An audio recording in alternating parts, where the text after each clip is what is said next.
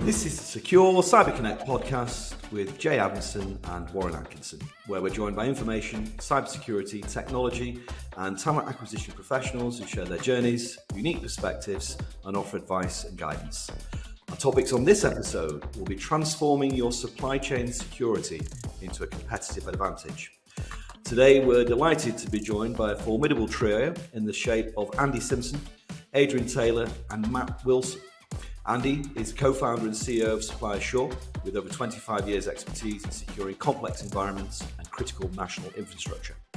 His distinguished career encompasses recent roles as Chief Information Security Officer for the Houses of Parliament in their restoration programme, Security Head for Rolls-Royce's SMR's nuclear programme during its inception, and managing intricate security challenges for clients at Marathon and Microsoft Gold Partner MSP. His commitment to the technology sector extends to his former chairmanship at CITA, Charitable IT Association, and ongoing role as Freeman with the Worshipful Company of Information Technologists within the heart of the City of London. Adrian is co-founder and director of consulting at Supplier. He's an accomplished digital risk and supply chain security specialist with over 40 years in IT, including some 25 years in the cyber sector. For much of that time, he's been operating as a trusted advisor to global enterprises and UK government departments, and now specialises in supply chain assurance frameworks and digital risk management.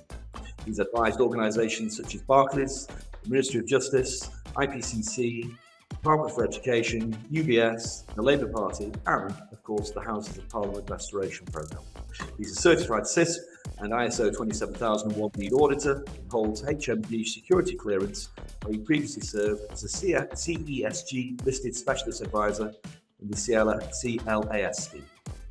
Matt is a co-founder and chief operating officer at the Chartered Institute of Building, member and engineering graduate. He brings 14 years of expertise in managing complex contract portfolios across critical national infrastructure.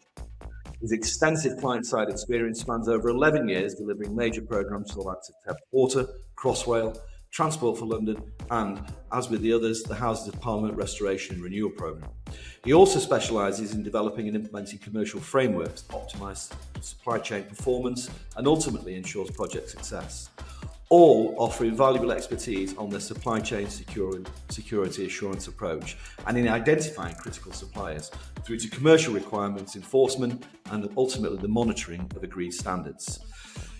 After that introduction, Andy, Adrian and Matt, welcome to all of you to the Secure Cyber Connect podcast, and thank you very much for joining us today. Thank you, Jay. Morning, thank you. Cheers. Jay and myself are really thrilled to have you all here. So to kick things off, Andy, could you give us a high-level overview of what we're going to be discussing today, please?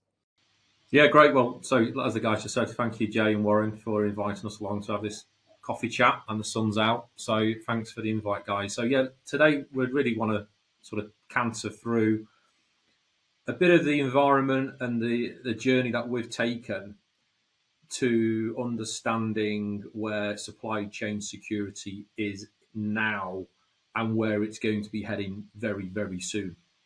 So stuff around how you determine and classify critical suppliers, for example. There's been a traditional approach to how that's done. We've sort of been for the past 5 or 6 years in this technical approach now where digital technology to tell you they can do it. They necessarily can't. And we're in this new era now where I think there's almost an academic perspective on supply chain security because it's that complex. And that academic perspective looks at methodologies that are more evidence-based and life cycle delivered. And when you look at a life cycle delivery, one person or one team can't do that. So we're going to try to tease out what that means today and how organisations start to need to think about. Is it a transformation project? Probably a bit too heavy word, overused in the last decade, but it's certainly going to disrupt, I think, how organisations manage supply chain risk and that accountability to their shareholders, etc. So we're going to try and tease out some of that stuff today, if that's okay. Well, that's great, and certainly going to resonate with the community and audience. And, of course, in any career, mistakes are inevitable. We all make those mistakes along the way, but it's how we learn and adapt, and it really shapes our growth.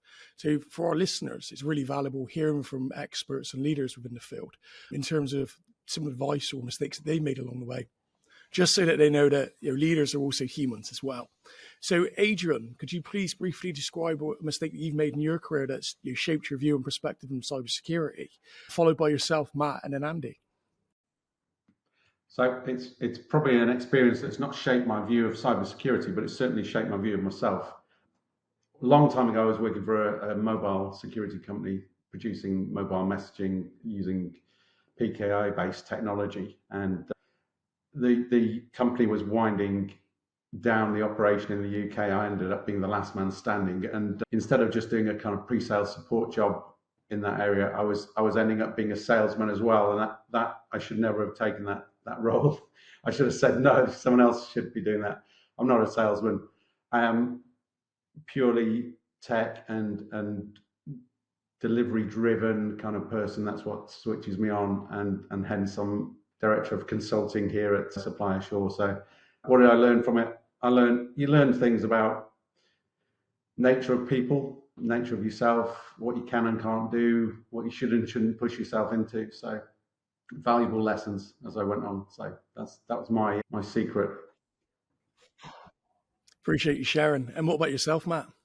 Yeah, I suppose it's not a specific incident. It's more sort of the general ethos of don't trust what you see. Yeah, I think that's sort of a continuous lesson over many years. I think on that basis, when you don't start to trust what you see, you become curious, and you should definitely keep being curious in doing whichever job you do.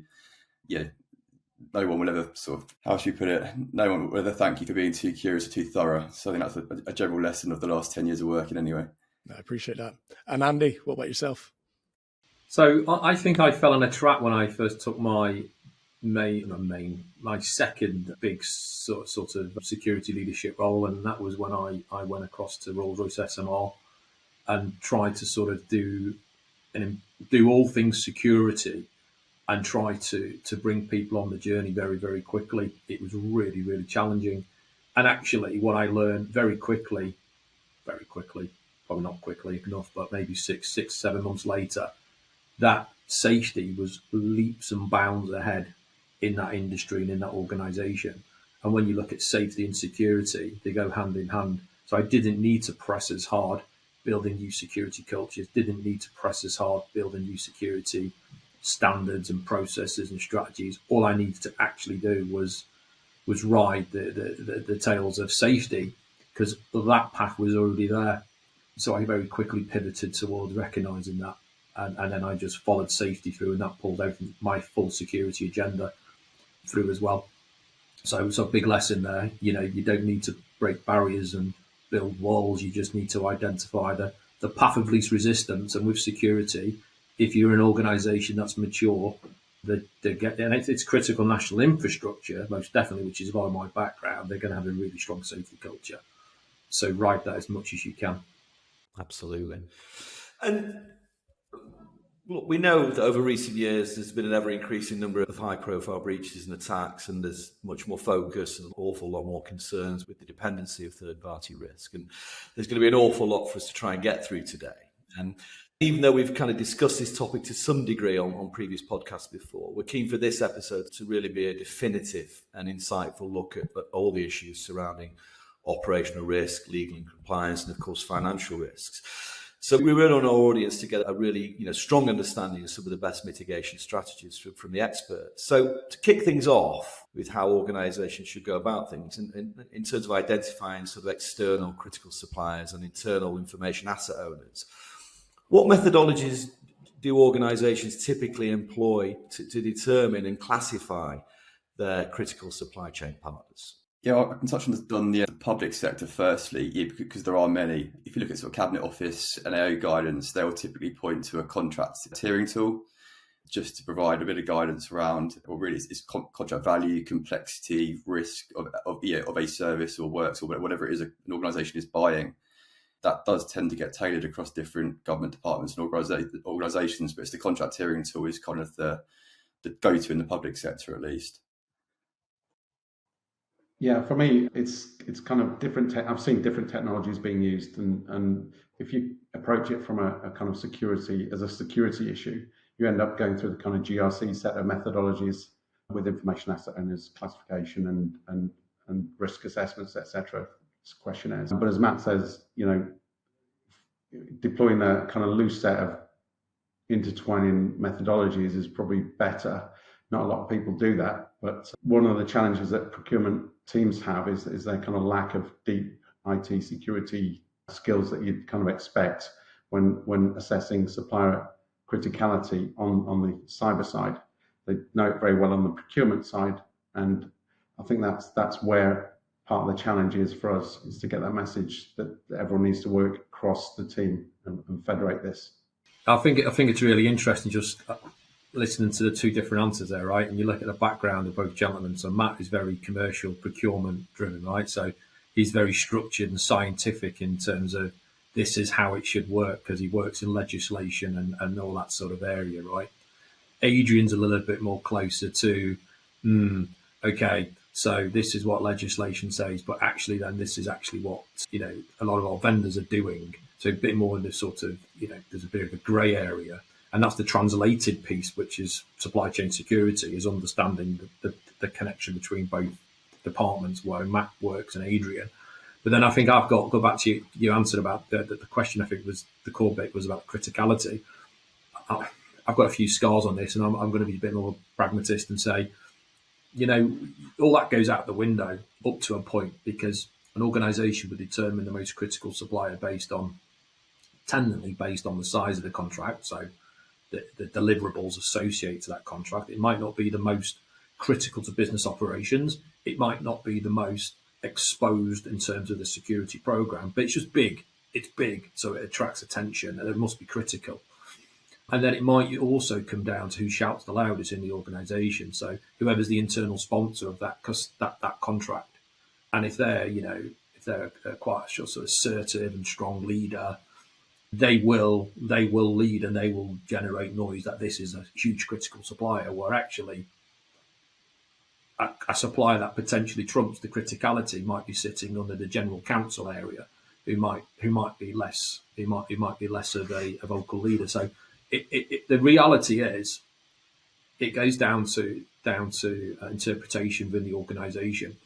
I don't think very much scientific measurements have done other than that across, especially enterprises, because organisations who are trying to move from medium to large, they're scaling, right? They're scaling fast.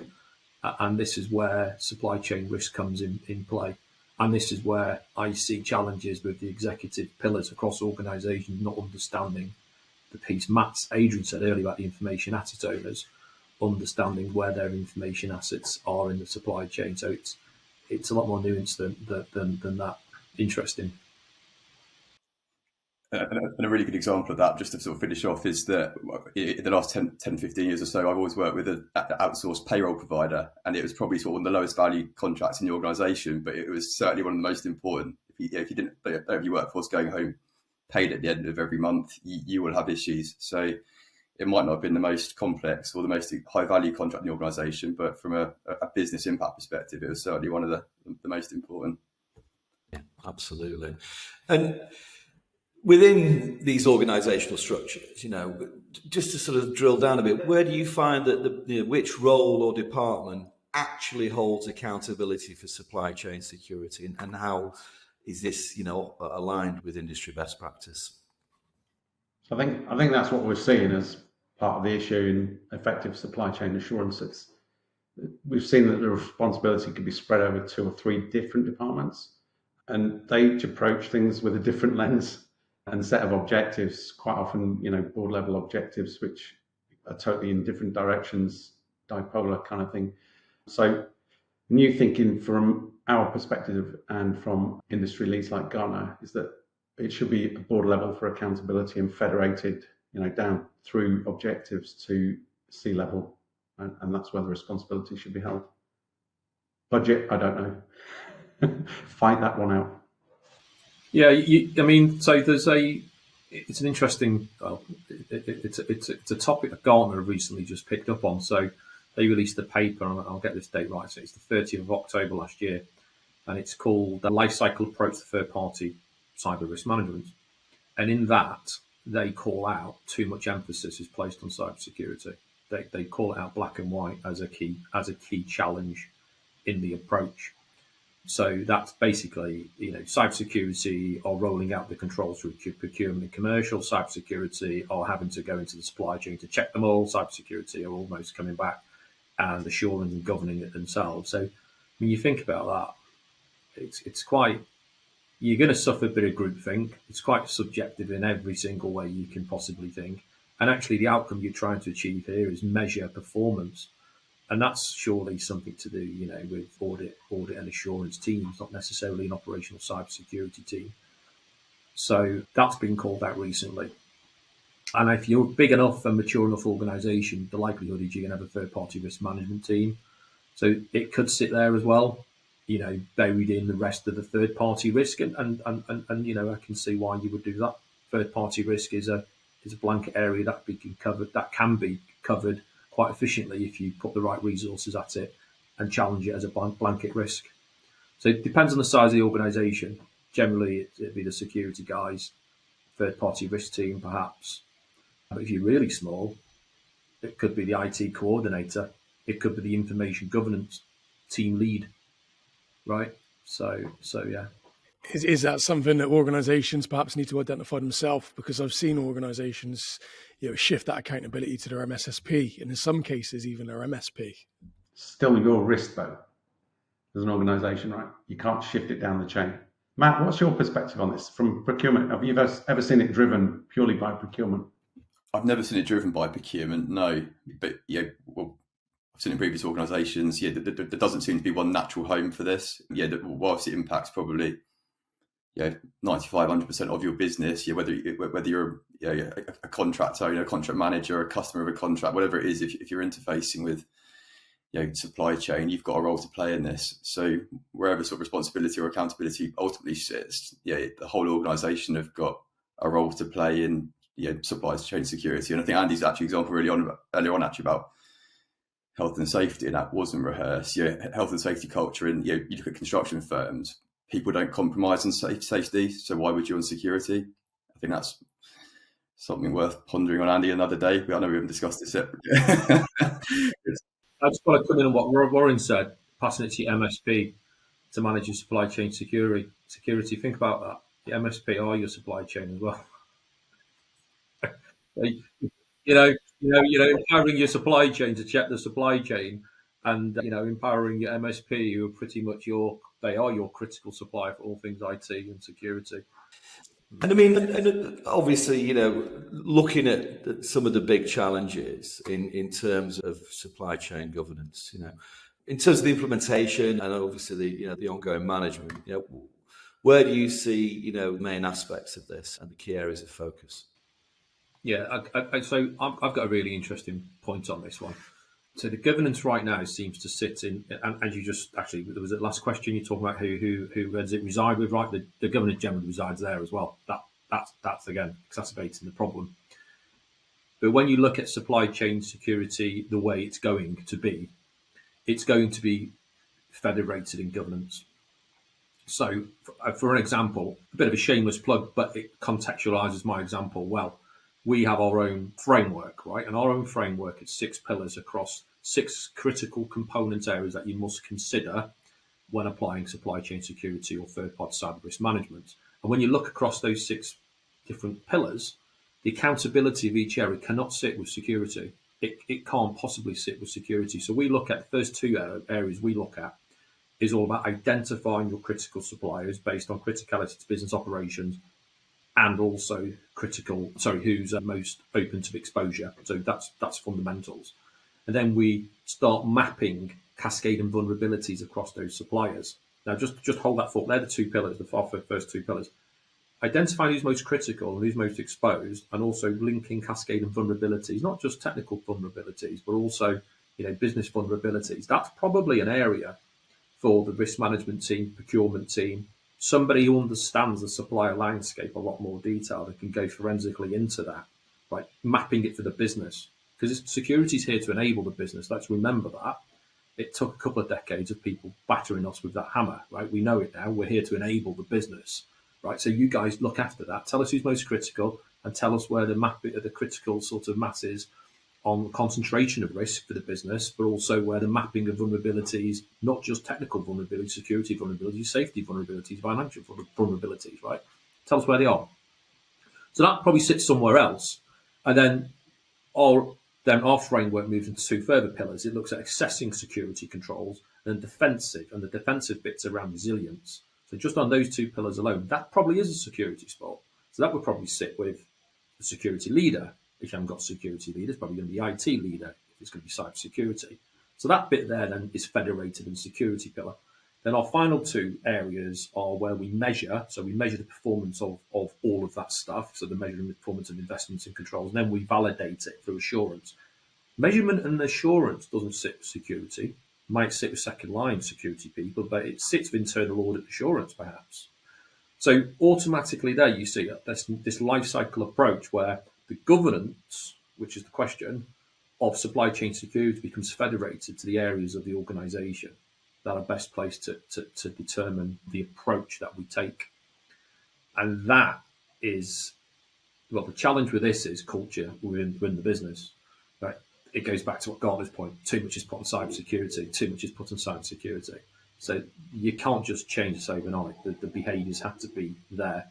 So there's a whole sort of behavioural change aspect before you look at federating, which is the challenge, I think, over the next couple of years. Long-winded answer, but that triggered really quickly when I think it was Adrian who triggered me. Yeah, absolutely. I appreciate you sharing. And myself and Jay, we attend many roundtables, and one of the frustrations that we still hear is around supplier security assessments. So I'll be curious to hear from both Adrian and Andy on this in terms of how organisations can balance the appropriate depth of supplier security assessments against both cost and operational efficiencies. So I think what we've seen is the most effective ways and the ways we've been working into customers is by, if we work together and bring together different teams, and we did this in the Restoration Renewal Programme for Houses of Parliament. We had a working group together which comprised of cyber, data and procurement, and we literally worked together as a project to ensure adequate communication, shared budget, resource assignment, all that kind of stuff. And then we worked together to kind of build business process interfaces and deploy them with a common aim. So that's we kind of play on each other's strengths in that respect, but not losing sight of the entire end-to-end life cycle requirement of actually managing your suppliers and managing it against the criticality of any service or solution they bring. Yeah, I think so. By knowing who you need to spend your time on and not getting caught up with suppliers who are not delivering a significant portion of that annual objective, right? So it goes back to the first area, the criticality, and we keep on saying this, but the methodology determining criticality isn't right at the moment. And then the concentration of risk. I mean, an excellent example here is TSMC. So TSMC produce over 50% of the world's semiconductors or for enhanced chips, right? Now, think about that. Are they a critical supplier? Probably. If they got breached, the likelihood is there's a lot of geographical disruption going to take place. If there's a natural disaster in that region, then the supplier could, simultaneously impact hundreds of global companies, right? So there's an example of a concentration of risk is most organizations who are in that sort of business industry rely on those semiconductors, and someone like TSMC. The question to ask yourselves is, do you have a similar organization in your supply chain who is similar to TSMC? And if you do, then you probably want to look at diversification and look at your supplier substitutability as well. So that's where you want to spend your time. We're looking at that from a security lens, right? But then it goes back to let's shape the criticality. And how often do you think organisations should review that and ensure that they've not got too many eggs in one basket? Good point, and I think Matt's will probably come in on this one. So this goes back to reevaluating. When is the trigger point to reevaluate, right? And you reevaluate when the threat profile changes for the supplier or your threat profile changes, because you might want to then reevaluate the controls that you're asking, and then that'll change the criticality. Or if there's an incident happen, something's changed, let's reevaluate. But there's a trigger point here commercially that organisations don't take advantage of, and I spoke about this, Matt, previous time, so Matt will probably come in now. Well, I think there's a second part to that, in that you've got to consider the reason why businesses go into contract in the first place. There's a customer within a business that's got a need. They'd assess what the best way of servicing that need is. And if that route to market is external, it's through contracting, it's through running a procurement, invariably within businesses, you'll have that customer be very focused upon what the technical output of that service is. What that can lead to is, there are people like Adrian and others, maybe even HR, information management. If you go into contract, other people will have requirements for that contract, and subconsciously, it's the technical requirements of that customer become the tier 1 requirements of that contract. How do we ensure those people have also got an interest in the tier two requirements? I sort of use that term slightly rudely and unfairly, because security should be considered as important as the tier 1 requirements of your contract. You've got to see whatever a supplier is delivering for you as being one whole entity. It's very easy for the sort of the secondary and supporting requirements of a contract to be forgotten about, and focus solely becomes upon the Andy example. It's manufacturing of a chip. You can forget what else you're actually asking a supplier to do. But it goes back to behaviours, I think, and that customer has got to understand that it's not just their service that's being bought here. There are other things the business needs in delivering the requirements of that contract. No, I appreciate that. And Adrian, what key factors should organisations consider when designing their security requirements for supply chain security? So I suppose an end-to-end review of existing policies, processes and methodologies to start with. Examine whether they meet the brief, or whether current or future world challenge, current and future world challenges. And in addition to this, look at incoming legal and regulatory landscape. So it needs to be based on standard compliance, then tailored to meet threat profiles of the supplier. So it's a kind of blend of approaches there. Yeah, and I think it's important to communicate that and build trust with the partners so they're aware of who else is at risk, because ultimately organisations need to look outside their own four walls as opposed to just really focusing on themselves. And Adrian, sort of following on from that, how do regulatory frameworks such as NIST and ISO influence security requirement designs at a basic level? So we're being pushed into a kind of a review of how all of this is done. Each of those frameworks has their own aspect of controls or viewpoint on risk, etc. And you can push them all together. But in terms of things like DORA, NIST2, all of the CRA, all of those things are playing into the same kind of elements, which are you're going to need to shift from a point in time to continuous view process. It's going to have to be proportionate instead of just doing the same thing for everyone. It's going to involve a formalized risk management process across the board, which requires a kind of operational risk framework to be adopted by the organization, not just for IT security, and then have a kind of resilience focus at the back end. Boards are going to have to buy into this, so it's going to have to be pushed down from the top, and this is where I talked about objectives earlier, being pushed down from board level to C level. All of it's going to have to be evidence-based. So how are you going to manage the evidence collection? How are you going to alert on when things have gone wrong, etc.? And deeper visibility requirements, like I said earlier, about embedding some kind of monitoring inside of key organizations so that you get early warning of issues.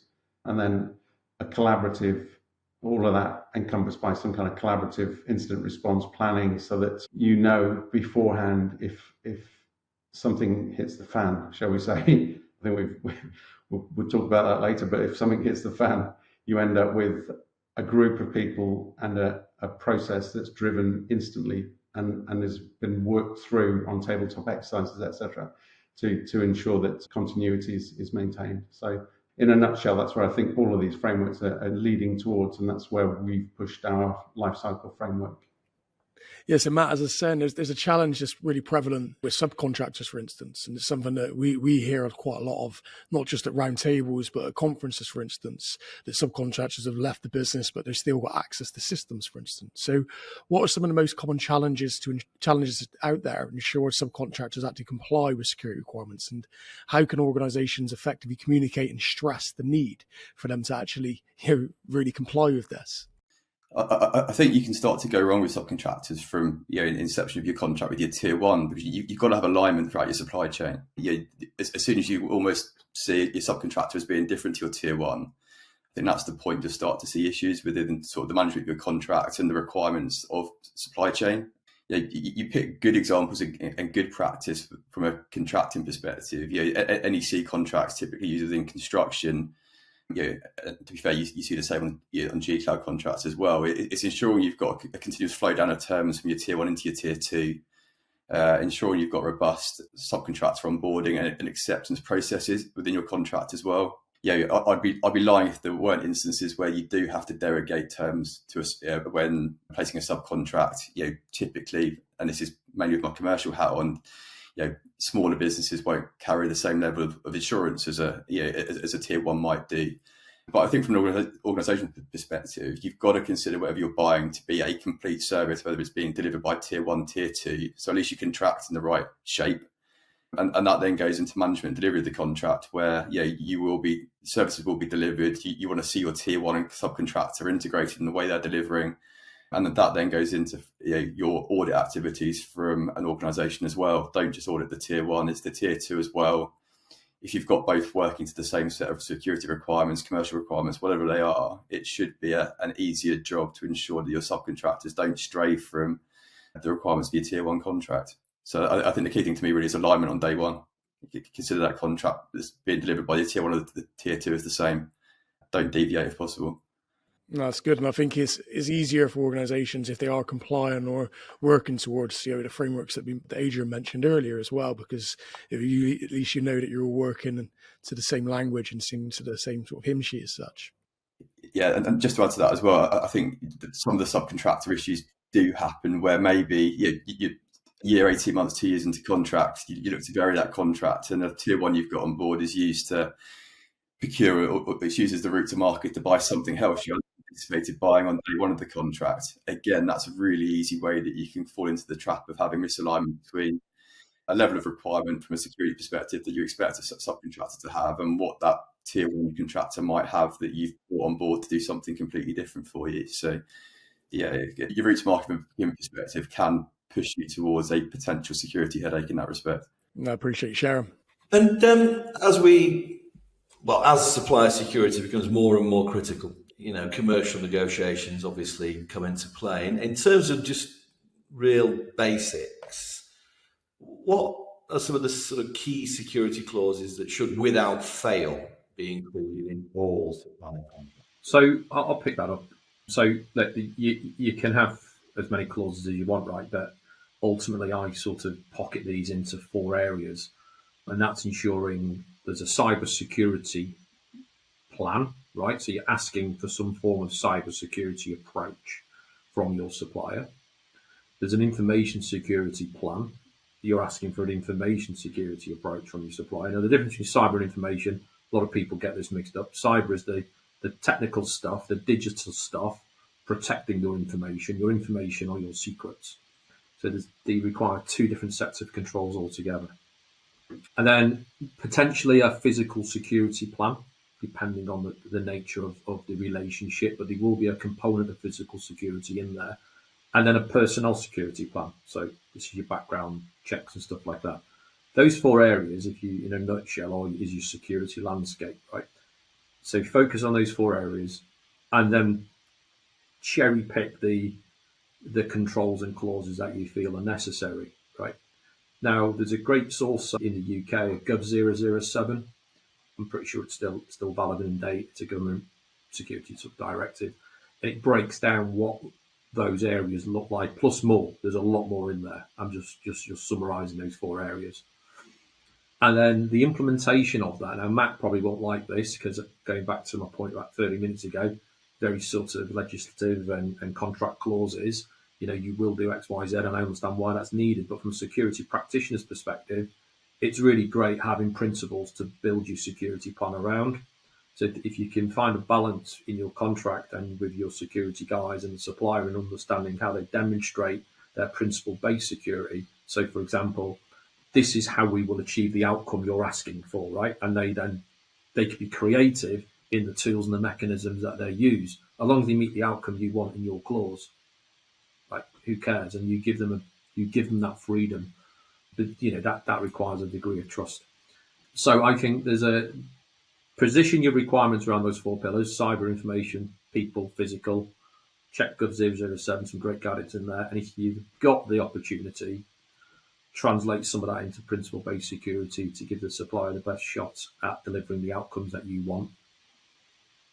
Matt, what do you think about that? What do you think about you don't like the?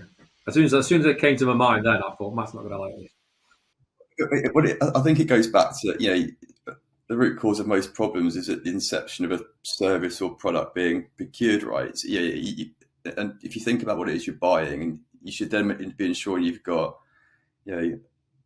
a contract and a set of terms that's reflective and representative of what it is you're buying. So I probably don't mind as much as you might think, Andy, on the basis that if you're thinking about what you're buying in the first place, you've got a set of information and security requirements in your contract that are proportionate to what it is you're buying and who you're contracting with. So, and if we think that's right for business and it manages risk at the right level, then I think we're okay. It's when you don't put that thought into your contract up front and you don't consider what it is you're buying, you can then end up having a whole suite of irrelevant, inappropriate or heavy-handed terms which just aren't relevant for the contract you're buying. And then you get in a world where you're having to work your supplier to do something different. So, and we started off the conversation today here. It's that integrated approach up front between customer, procurement, security, any other stakeholder that's got an input to a contract. If you get that right, you get a contract that works for everybody at the back end of it.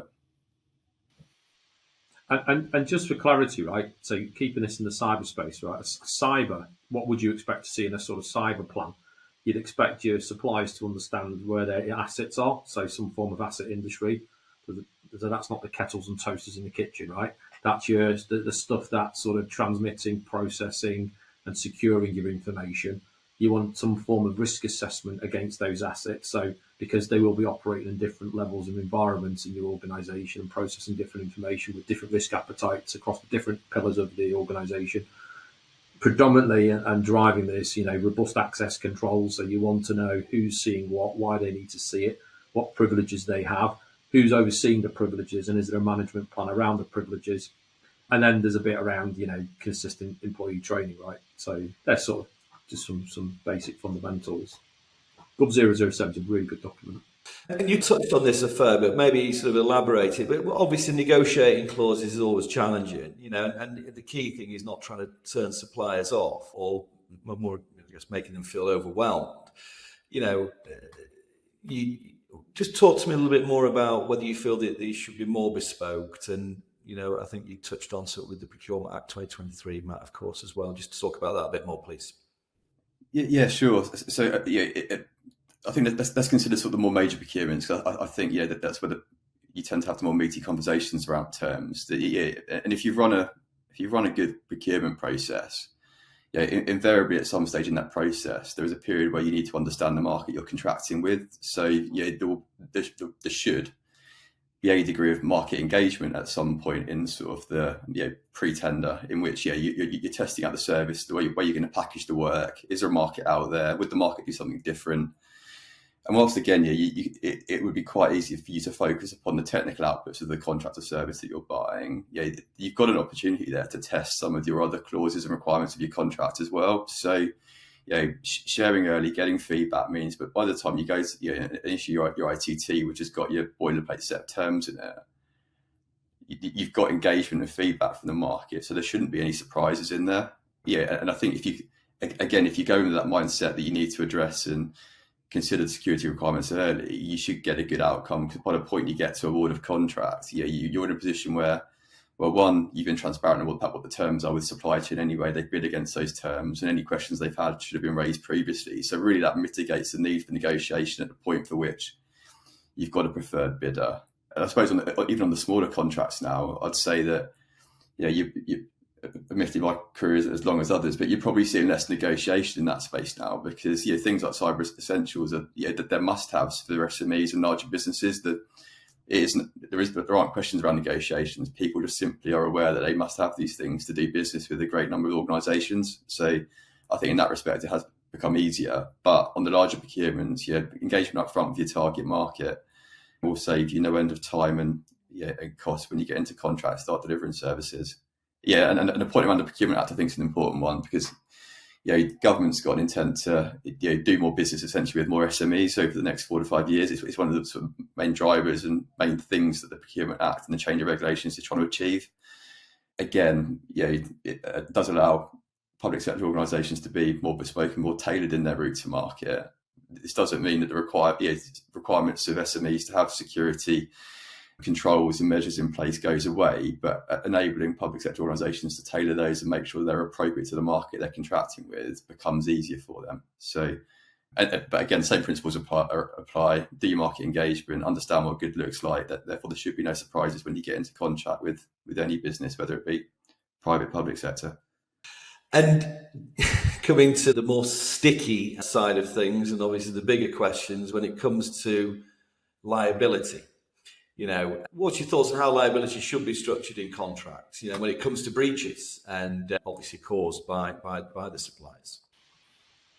I'll give you my view. The responsibility of security, but I'll be interested. I'm not actually spoke about this from Matt, so I'd be interested to see what he thinks as well from that perspective. But there's particular logic that you can apply to this. So create a framework of standardised liability clauses based on the supplier category. So generally you have your tier 1, your tier 2, tier 3 perhaps. So have some clauses that are attracted to dependent on that category. So if they're a tier 1, they may have enhanced clauses, I should say. If they're tier 2, they may have intermediate. If they're tier 3, they may have low clauses. So just have a understanding of that standardised clause pool.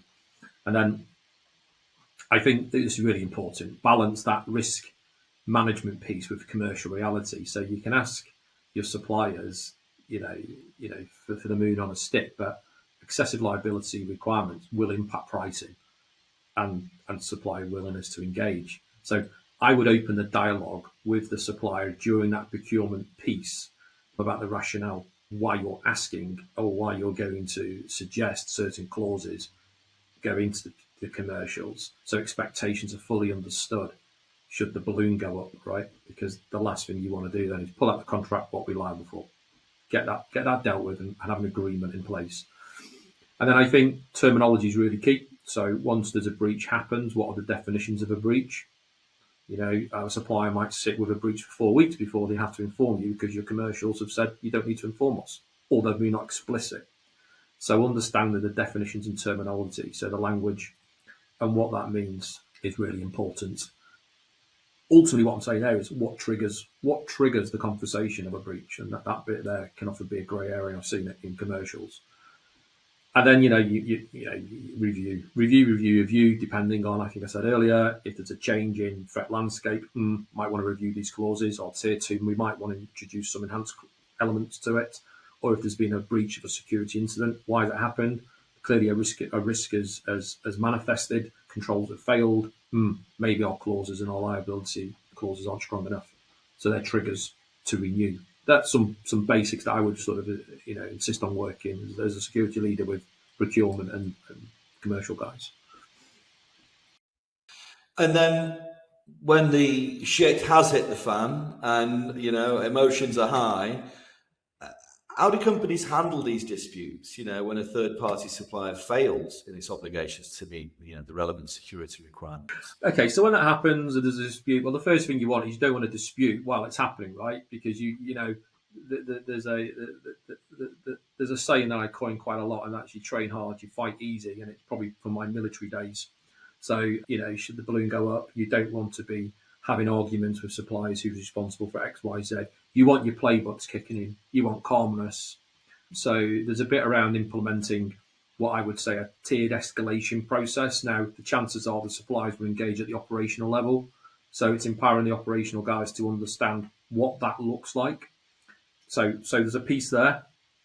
I think, again, we have playbooks for incidents. We should have playbooks for stuff like the contractual security issues that are born out of an incident. So document and gather all the evidence, the conversations, the emails, the agreements.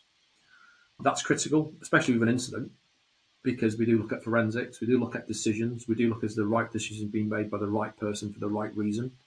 So there's a piece around trust there that perhaps the commercials are not strong enough. And when an incident does happen, people are people, right? They panic. they make judgment calls, they follow their gut instinct, which is shaped from experience. It doesn't mean they're doing something malicious or making an incorrect move. They're just people who make mistakes, but capture all of that. And if they're not well rehearsed, the chances of that manifesting are pretty strong. What's really important though, Matt, I think if I was a CISO somewhere and I had a number of contracts with different suppliers providing me security services, right, I would have somewhere built in one of my supplier contracts, they will provide me independent third party support during an incident. Right. So that's, because it's your organization that's been breached by the supplier. So the supplier's feeling, down because, the adversary has come through their area.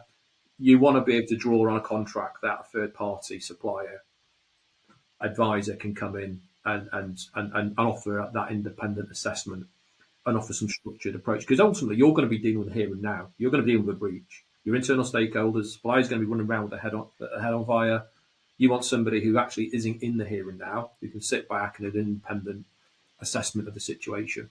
So I would have that built in my commercials with, potentially a supplier who's providing me some SOC services. I'd say, okay, can you provide this as well if I need it? Yes, we can. I think just to add to that, I think the point around clarity and audit is key. It's very easy for, and I'm sitting as someone that's worked sort of client side most of my career, that people want to point blame quickly. You're not really going to achieve much through doing that on day one. You've got an incident to manage, and containing that is sort of priority. That said, if supply chain are involved in that incident, you've got to use the contract to your, the best of your abilities as a client. And it doesn't mean sort of raising defect notices or warnings immediately. It just means you start engaging in a collaborative conversation with supplier about the incident at hand. And it might be that, and it goes back to the earlier question, as long as liability and obligations are clear of both parties, if you can have the conversation and look through the incident that's happened and the reasons for that, at least then you've got a contract with a clear set of obligations within it to consider once you have got to the end of that incident, resolved it, and decided where fault or blame for something might happen. At least you can have that on the basis you've had a constructive conversation with your supplier before you think about what you do next as a client. You would always need external support, always. I mean, I'll give you a very easy example. You're breached, you've been ransomed, great. Your organisation will pay the ransom to the private sector, it just pay the money for the problem to go away. It happens. Okay. Do you have a technical general counsel who's going to negotiate with the ransom people? Probably not. So you're going to have to bring in an external third party to be your technical general counsel now to agree the Bitcoin transfer or whatever it might be. You will always need some support, whether you're defending your position or whether you're complying with what the bad guys want. So if you don't bring external support, it's always really critical. They offer and don't forget, external support brings experience as well. That's the point. They're doing this for X amount of different customers throughout the year, so they can say, "Well, I've seen this play out before. If you make that decision, don't do that. I suggest you do this because the outcome is much more favourable for you." And again, that they're not connected with emotions on this. So external support has to be built into your contracts should the balloon go up. I've seen organisations reluctant to get the support from the third party in those instances, and the reason being sometimes they don't really want to reveal their shortfallings internally, not necessarily shortfallings that cause the incident, but if there is a lack of compliance internally, I do know organisations are reluctant to let outsiders look below the bonnet. I was just saying it'd be an interesting set of tabletop exercises to go through a breach situation with legalities, so that you play that through as an exercise when it doesn't matter, and then as part of this, people start taking it seriously and do the right things when it eventually, or if it eventually happens, God forbid. And look, it's clear that a layered defence approach is needed when it comes to supply chain security assurance techniques. So, Adrian, I'd be curious to gain your perspective in terms of how often organisations should conduct security audits for third-party suppliers, and should these audits be on site? Should they be remote, or should they be a mixture of both?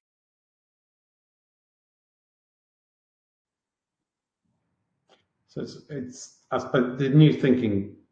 We've done this, and I've done this in the past with groups. But the new thinking is that there should be a mix, and it would be dependent on business criticality. So that's why it's very important to get the business criticality right, using the right measures and metrics. Cadence-wise and locale, you can agree that in depending on the criticality. Again, essentially that's it. You are working in a life cycle type of approach. You will, if the contract changes, these are things that we found that don't work, is that contract changes don't drive a reassessment of criticality and things like that, and the right measures are not put in place, or people put in a large amount of measures, a large amount of audits where they're not necessary. So they're spending money in the wrong places, they're spending effort in the wrong places, not putting the resources in the right way. Think smart, I think, is the way to do this. So that would be my kind of thought for that. It's not a very long answer, but it's, I think, to the point. I appreciate your perspective. And what about yourself, Matt and Andy? Yeah, I can add to that. And I think, probably speaking for suppliers here, as clients, you should be looking at, if you're auditing supply chain, try and coordinate it with the other disciplines. Don't just have, if possible, security-focused, commercial-focused audits. Audits do place big burdens on supply chains. Typically they're priced into bids, but anything organisations can do to package those up, carry them out all at once, so your supply chain don't feel they're sat in a world of audit for 12 months a year, I think would be appreciated. But again, typically the on-site ones work the best, but I think the onus is on clients to have a joined-up approach to audit of supply chain to cover all aspects of the contract, not just security. Security is all about identifying a vulnerability and then making sure that vulnerability doesn't manifest, right? Simple as. And if you're going to do that with point-in-time audits, then you're almost kicking the can down the road until it does happen. Just to add to what Matt and Adrian's saying there is, if you can get to a point where you're doing continuous live assurance, you don't need to do audits. The audit can be almost passed before it's happened, right? Because you're doing continuous live assurance throughout the calendar year. And you can only do continuous live assurance because it's a lot of effort if you know what you're doing continuous live assurance against. You're not going to do it against your whole environment, your whole supplier's environment, or independent suppliers. You're going to do it against, back to the point earlier, who's most critical, who's most exposed, and where the cascade of vulnerabilities will play out. If you know those areas, and Adrian, you often say this as which is a heartbleed. That's right. You know where the heartbleed's going to happen, right? You just continually just plug away at assuring against it. And then that gives you, that's the life cycle approach as well. Can I just go in one more, which is that there's, a growing set of tools out there that relate to third-party risk management from an outside-in point of view that give you indicators as to how an organisation is performing. And if some of those trigger the necessity to jump in there and audit or have a review meeting to discuss certain findings, that's the kind of thing now that can happen more easily than insisting on a monthly audit or a yearly audit or something like that. It's that kind of event-driven or pre-event look at things using OSINT technologies. But there's always that gap as to context with these technologies. You can see from the outside in, but actually the bridge of understanding what that business is and what's important to that business, and then assessing the OSINT information against what contextually as critical inside your business. That's where the missing bit is, and I think that's where our framework helps.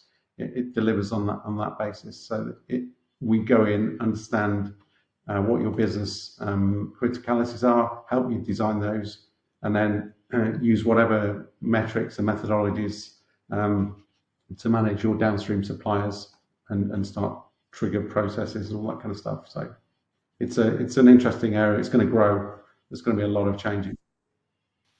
But what those small organisations could do, though, is position themselves ready to be attractive to the bigger guys who want to issue contracts by validating and confirming themselves as a secure environment, a secure supplier. So an example, again, not necessarily a plug, but again, we could work with customers, smaller organisations, provide them a certificate of, they are secure in these areas across the supply chain because we recognise the work in this industry and these areas are the critical areas that you're going to look at. So a small to medium-sized enterprise business can position themselves quite attractive when they're bidding by being prepared for these questions and being prepared for the live assurance. You don't tend to do that. I understand why, because it costs money to get to that point and they haven't got these contracts in yet. And the smaller organisations, when they win a contract, they generally bake into the price the cost it is going to get to meet the security compliance. But to position yourself in as a market leader and to give yourself that market advantage against the other smaller suppliers, secure your environment, and then when the big guys come, issuing out the multi-million-pound contracts, you're going to be preferred provider. I appreciate it. And Adrian, how important is third-party assessments? And you mentioned earlier, of course, your organizations can actually check their suppliers. So how easy is that? Can you talk us through some steps there? It can be easy. So if you've got a willing party and then they're quite mature, then you're on the right end of the easy scale. Where you've got a mum and pop type of, say for instance, an example we've used before, you're building and restoring the Houses of Parliament. You've got a mum and pop company that's 5 or 6 strong, and they just have a chisel and and a bolster, and that's it. That they don't care about anything else. Try and do a security audit on them.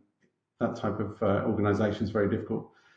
So the question is then, should we be? And it's about proportionality. It's about understanding what the critical risks are, or the criticality of each supplier is before you go in there. So I think it becomes easier if you get that criticality right. I think that's the key thing there. No, I certainly agree with you there, and it's certainly something that can be seen as a competitive advantage for those smaller and medium-sized organisations. There's funds out there, for instance, that help organisations get Cyber Essentials, and then obviously Cyber Essentials Plus and whatnot. And what it does instill confidence, and it's about being proactive as opposed to sort of scrambling around in the dark or chasing after things when they're a sight of a contract. So yeah, I certainly agree with you there, Andy. And Adrian, sort of my last of these questions, how important are industry-wide supply chain security initiatives such as the MITRE supply chain security program, for instance? So I think these things all play a great part in raising awareness. I think awareness is one of the key things that's missed out in all of these life cycles. It's about understanding why you're doing it, how much you should be spending on it, resource-wise as well as money, and these things all play into that. They raise awareness as to the why. Gartner and people like that producing papers like the one we mentioned earlier about the life cycle risk management. All of that plays into being more mature in this area and getting better outcomes. So I think they have a very valuable place to play. Yeah. So. No, that's great. And Matt, is there anything you want to add to that? Get off my meat button. Not really on that one. It's just what we do around supply chains with respect to how easy is it to check data breaches. I think there's a key issue there that I would bring up in that, undertaking a financial health check of an organisation is very easy. Dun & Bradstreet, Credit Safe, there are tools out there which are widely used by clients to ascertain the state of their supply chain. It's nowhere near as easy to just do the same thing to understand the security or the health of an organisation when it comes to sort of data or information management. And I think something in that space would be very useful. Sure, that'll change. So, look, as we come to sort of back end of things, I think one of the things we'd be keen to hear your thoughts on is maybe how you see the future of supply chain security and how that's sort of generally going to evolve. Maybe Andy on that one? You kind of follow your gut what the future looks like. So what's industry think tanks telling us? What are the regulators trying to shape us? And actually what the news is. So when you look at the regulators, they're continually to sort of intensify their frameworks that they're pushing out. So you've got the EU, there's 2 directives, some great changes over the past year. DORA have made some great changes. Even the US Executive Order on Cyber Security, which is establishing more stringent requirements. There's some great variations that are persisting around this. So that's really good. I think the regulatory compliance piece is sharpening up, and it's becoming a lot more aligned in Europe especially. Then you've got some global frameworks. So 27001 is the classic information security management system, and then you've got 28001, which is your supply chain security piece. So there's some good stuff there, and I think Adrian touched on earlier some of the common themes that are coming out from those pieces of literature. I think zero trust architecture has become a fundamental, right? So organizations are implementing continuous validation mechanisms, regardless of where whoever's connecting from where. So the days are gone where perimeter focused securities in place, because the bad guys aren't coming over your fence anymore. What they're doing is they're holding the hand of your supplier and walking through the front gate, because the supplier has a key, the supplier is trusted. So we have to position ourselves to verify everyone who wants access, verify and validate their credentials, which is that zero trust architecture. It's critical with supply chain security. If you don't have that in place, you must pivot towards it. And even if it's just a zero trust web browser, there's so many neat tools out there that doesn't have to break the bank. If you're going to trust your supplier, you need to have a zero trust policy in place. And people don't like zero trust, by the way. You might want to reposition that word when you build your zero trust architecture, because it's got a negative connotation, hasn't it? So I fell into that trap with suppliers, so be careful. I remember sort of 5-6 years ago when people really first adopted it, and you're referring to it as cyber mesh architecture. It was really exciting. Everyone wanted to be involved, but now it's a dirty word. Yeah, I understand why, right? But it makes a point. And then you've got the artificial intelligence piece, machine learning. That's, I think, the most attractive piece there is in our security operations centres. The guys are using it. Those organisations that are, risk assessed against it, because it enables us to do a lot more predictive threat identification, identify anomalies, automated incident response, close vulnerabilities quicker. So there's a great use case around AI in SOCs, and it's being used well, but also that then brings risks as well. So that has to go in your digital assurance program against the different types of platforms and artificial intelligence platforms you're going to bring in. And I think specifically with supply chain, you've got distributed ledgers as well, which is like your blockchain technologies, providing that sort of transparency in transactions, creating that immutable record, which sort of helps an end-to-end life cycle of a component to show compliance. So I'm not a blockchain security expert. I know very little about that, but basic security principles will be in play, and that's something just to consider if you've got a elongated supply chain. I can imagine car manufacturers, for example, are probably using some form of blockchain technology, and then augment that with AI. It becomes really complicated. It feels complicated, but it's actually probably not. And then I think that the other area then is there's a lot of investment in energy right now. There's a lot of dependency in certain countries for energy. And where you have energy, you have plants. Where you have plants, you have operational technology. Operational technology is essentially the technology that drives an industrial system, and it could generally be a health and safety type of piece of technology.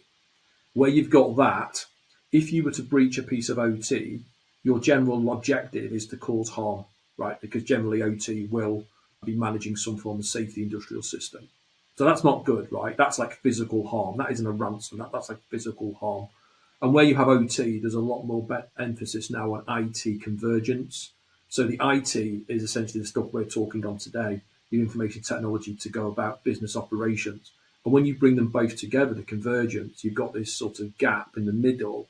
And where there's a gap in the middle, where you have a sort of a code of connection of some description, that creates a vulnerability because it's an entrance point, it's an egress. And so there's a lot of work needed to be done on that as well in the supply chain. And I think there's some great energy initiatives now, going on globally as well. So they're my thoughts on that. No, I appreciate you breaking it down for us. Thank you. And look, one of the things, we've not done it for a while actually, but we always, certainly asked our guests, was we love an analogy. So what's your favourite go-to analogy for supply chain risk, for example? Maybe Andy, Adrian and Matt in that order, please. I don't think I have one for supply chain risk, but one that I've shared probably for the last 2015, so maybe 10 years, when I'm talking about trying to get people's attention, is a quote from Robbie Sinclair, who was the head of security he was at a power plant, a nuclear power plant in Australia. And he says security is always excessive until it's not enough. Right? So, you're putting your bids in, you're putting your budgets in, you're trying to get in stakeholder approval. Security have got 18% of the IT budget this year. That's a lot of money. Security got 12% of the IT. Okay, great. As soon as an incident happens, let's invest in security. So you don't want to find yourself in that position where security is always excessive until it's not enough. You need to strike the right balance. Same with me. It's not a single thing, but I suppose we're all in it together kind of approach. So communication's key across up and down the supply chain, and things like reviews, monitoring, being embedded in each other's processes, all of those kind of things will work towards that, from top down to bottom, so cross departments, cross responsibility areas at board level. Those are the types of things that I'd like to push. And the other one is that it's usually weakest link in the chain sprung to mind as well. So, you look at the soft underbelly of supply chain, SolarWinds, all that kind of stuff. You look at, technologies and elements in there that could have helped in those situations, software bill of materials, all that type of stuff, adequate development practices, blah, blah, blah. So it's that kind of, depending on what it is you're doing and how far reaching it is, the criticality plays into this. If you're the weakest link in the chain and you've not done your as the head organization, you've not done your homework, eventually you're going to get stung. So yeah, I suppose I'm cheating slightly. Mine's more an ethos rather than an analogy. I think it's it plays on Adrian's point around sort of the weakest link in the supply chain. But you need to invest in your integration within a business as much as your capability. I think you get a better product if you work together rather than work harder in isolation. So I think that's where I stand in sort of most of the work I do with Adrian and others as well. So I think it's important that you take the business on the journey. There's no point you working hard and putting all your efforts into things if you haven't got equal levels of understanding and sort of common goals within other departments within your business. You're unlikely to achieve. Can I just come on that? So that what Matt just said there, right? With we I think when I say we, I mean Adrian, Matt, and I take for granted. So Adrian and Matt and I, we met at the House of Parliament Restoration U programme, where Matt was head of commercial, I was a CISO, Adrian was leading digital assurance. And very quickly, I realised that it was a supply chain driven business, right, or programme. And the relationship between security and procurement wasn't necessarily very well established. And that's how then Matt and I started talking on understanding how he can get me further into the supply chain to start working with those critical suppliers. And Matt bought into it very, very quickly. But I think it's a novelty. So security and procurement, a lot of people we're speaking to at the moment in industry, potential customers, they're saying, well, we're so disconnected from commercial and procurement. We have competing projects. We have competing challenges. And that, I think that's the reality of the situation, is that maturity of investing in the business is also investing in your internal business in terms of getting those cogs, connected and working. It's a lot more trickier. We were very lucky because it was a very small environment, but also people were very proactive, and it was a very inclusive environment, and we all knew the importance of the suppliers. Not many organisations like that. I think we'd say we look at that with sort of rose-tinted glasses, I suppose, because it's something that we built, and that's why we're trying to do with Supply Assure. We've seen it work. That's where Matt's the secret sauce to the sort of the value that we can bring to suppliers, because we understand the commercial and procurement process. We understand that wider supply chain risk and the challenges. Generally, security people don't understand that, and then that's where Adrian and I come in, and we're kind of learning that way. So it's a really interesting point Matt makes. But I think I don't think I said this to the guys, but I do think we're quite novel in terms of how we built that, and that's the value add. That's what we're trying to bring into the. Yeah, and I think that's across, all the various perspectives on this episode, and you've been a great team in terms of the various contributions. Thank you so much for this. And just to finish off, what does the future hold for you guys? What does that look like at this point? Future's bright. Very.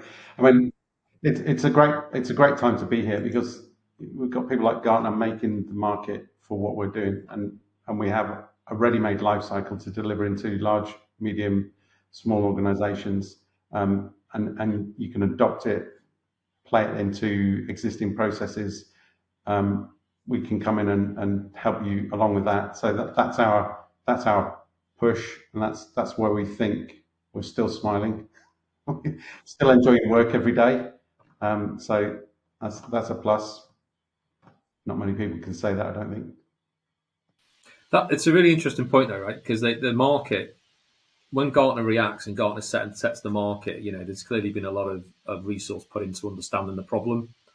And we have established this organisation the month that analysis was produced, right? So it says that, our gut, our experience, the challenge that we see as professionals, it needs fixing. There's not a technical solution to this, and there's not a sort of physical analog solution to this. There's somewhere in the middle and that's the bit we're bringing into play. For what we're doing right now, though, is we're looking at working with partners to build our model, our IP, and to test it in areas, because it's very modular. And when I say test it, I don't mean see if it works. We know it works. I mean test it in certain regulatory environments, because we have different types of customers and different type of regulatory areas. So we're just making sure the regulators like it and working with our partners to do that. And then, we'll see where the framework and what we do, where it goes. But ultimately... And Andy, yeah, sorry, and who should be reaching out to you for support? Who would the ideal customer or even ideal partner look like? Oh, well, partner is a big word. So the ideal customer partners are healthcare, pharmaceuticals, manufacturing industrials, financial services are up there, without giving away all of our sort of ICP, but those are the types of areas that we believe have the most pain points within supply chain security. There's a lot of technical partners as well approaching us, because they see what we do and they believe they have a technical product that can augment our framework. So pushing that into a large language model or a piece of software. I think that's ultimately where we will be in between that. We'll never be fully software driven. We'll never make that decision. But there's a part to play in that, but it's not the way traditional software is done. It's going to be something completely different. So there's some technical partners we're working with at the moment and understanding that relationship who've approached us, and that's great. But then there's also the environment around the different regulatory areas that we're working in, just to make sure the regulators like what we do.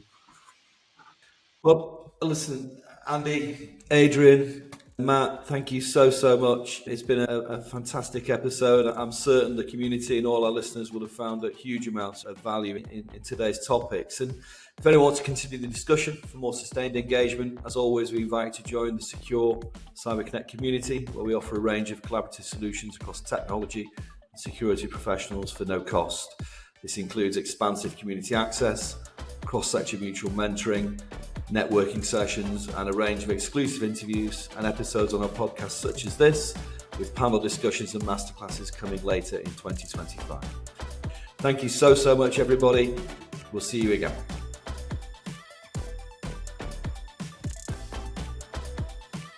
If you're struggling with technological, cultural, or talent acquisition challenges, please reach out to the Secure CyberConnect team, where we offer advice and guidance and are here to help.